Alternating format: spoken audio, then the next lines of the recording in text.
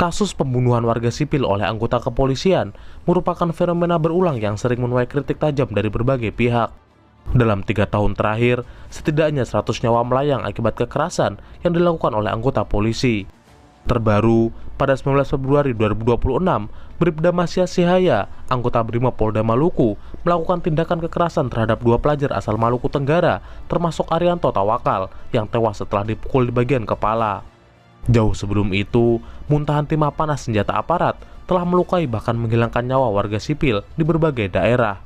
Kasusnya berulang, seolah korban baru hanya menunggu waktu. Dalam 3 tahun terakhir, kasus-kasus penghilangan nyawa oleh polisi terjadi bertubi-tubi. Irjen Pol Verdi Sambo yang mendalangi pembunuhan ajudannya sendiri, AKP Dadang Iskandar yang tanpa ragu menembak mati rekannya, atau Brigadir Nur Hadi yang dihabisi oleh atasnya sendiri di sebuah villa di Lombok. Ironisnya, kasus seperti ini bukan hanya menyasar sesama institusi, melainkan juga melibatkan warga sipil. Amnesty International Indonesia mencatat setidaknya 31 kasus pembunuhan di luar hukum oleh aparat terjadi pada 2024. Data Kontras selama Juli 2024 sampai Juni 2025 mencatat telah terjadi 602 peristiwa kekerasan yang dilakukan oleh anggota polisi, termasuk 411 kasus penembakan, 38 kasus penyiksaan dengan 86 korban, dan 37 kasus pembunuhan di luar hukum dengan 40 korban meninggal. Seorang oknum anggota Brimob Polda Maluku di Kota Tual diduga menganiaya pelajar yang merupakan kakak beradik hingga salah satunya meninggal dunia setelah dilarikan ke rumah sakit setempat. Pada 19 Februari 2026, 2 remaja asal Maluku Tenggara, Arianto Tawakal dan kakaknya, dipukul Bribda Masya Sihaya, anggota Brimob Polda Maluku menggunakan helm taktis. Pukulan itu menyebabkan Arianto terjatuh dari motor, mengalami pendarahan hebat di kepala, serta kejang-kejang. Arianto menghembuskan nafas terakhir keesokan harinya setelah sempat dirawat di rumah sakit. Pasca kejadian, keluarga korban mendatangi Makobrimob Tual untuk menuntut keadilan. Pihak kepolisian merespon dengan langsung mengamankan dan menahan Masyas di hari yang sama. Masyas juga telah dipecat dari kepolisian dan terancam hukuman maksimal 15 tahun penjara. Versi awal polisi menyatakan bahwa kekerasan itu terjadi karena Arianto terlibat dalam balapan liar.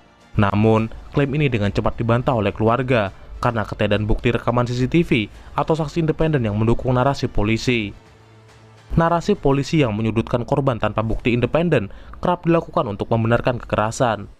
Pola serupa terjadi pada kasus kematian Gama Rizkinata Oktavandi, seorang pelajar asal Semarang yang tewas ditembak oleh Aibda Robik Zainuddin pada November 2024. Polrestabes Semarang membingkai Gama sebagai pelaku tawuran antar geng pelajar, lengkap dengan bukti senjata tajam yang dipamerkan saat konferensi pers.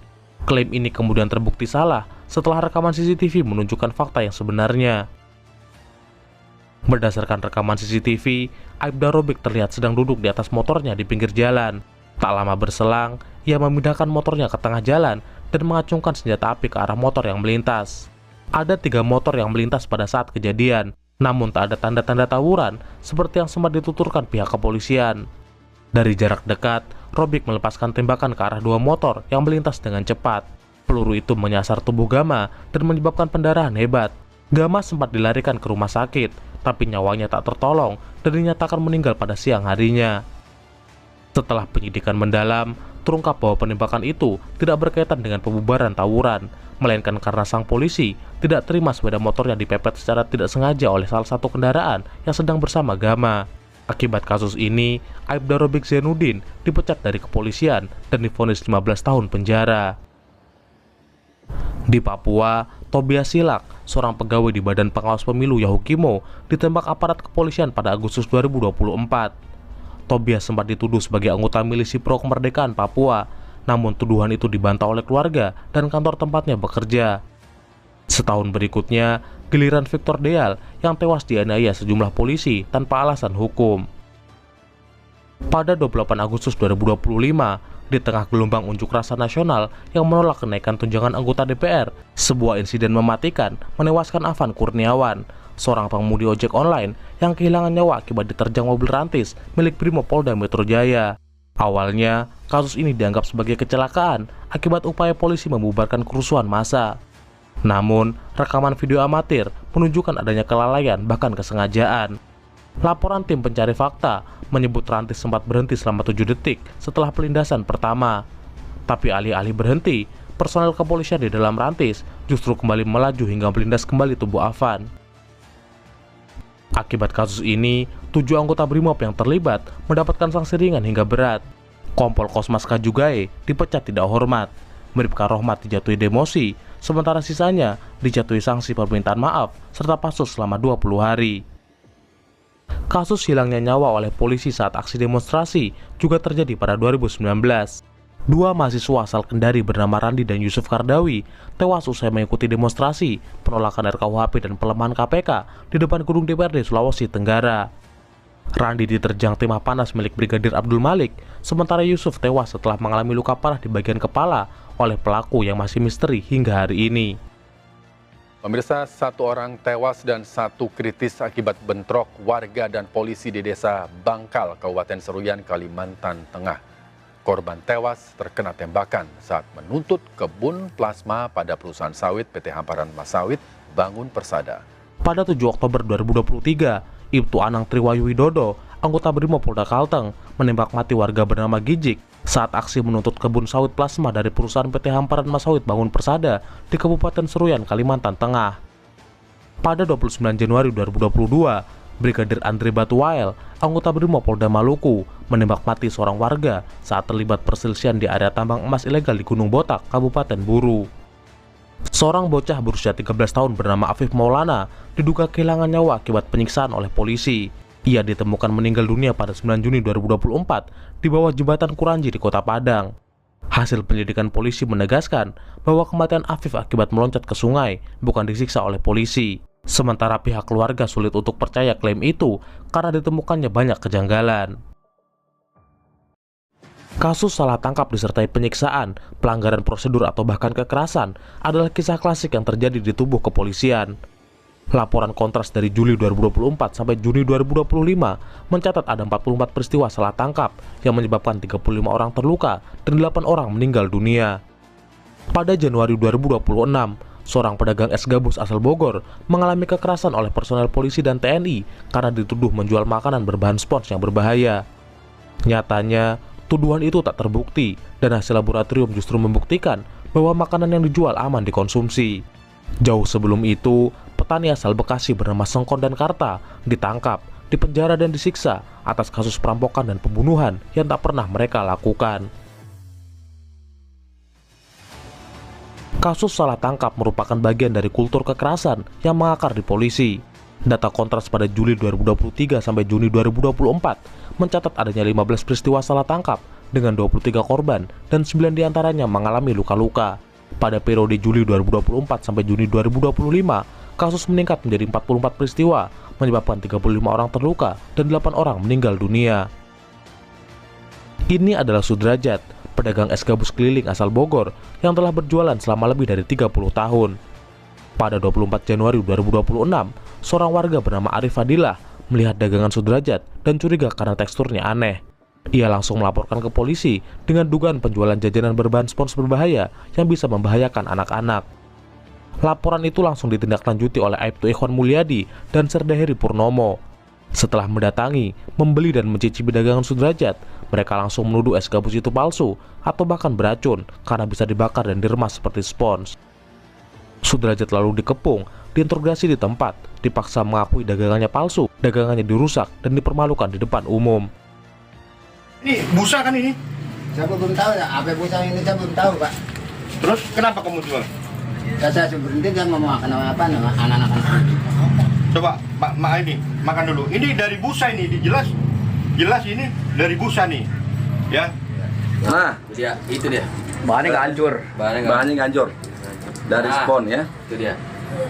Dari spon. Kalau dia kue pasti hancur atau gager. Nah, ini dari spon. Makan nih.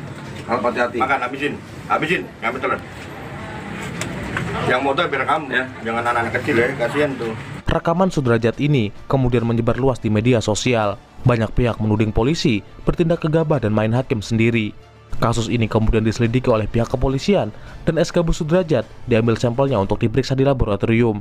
Hasilnya, tim keamanan pangan Dokpol Polda Metro Jaya menyatakan dagangan Sudrajat aman dikonsumsi dan tidak mengandung bahan berbahaya. Dua aparat yang memeriksa Sudrajat akhirnya membuat klarifikasi. Mereka mengaku terlalu cepat menyimpulkan, tidak punya bukti kuat, dan meminta maaf kepada Sudrajat dan masyarakat luas. Sementara Sudrajat sendiri mengalami trauma berat akibat kekerasan yang mereka berdua lakukan.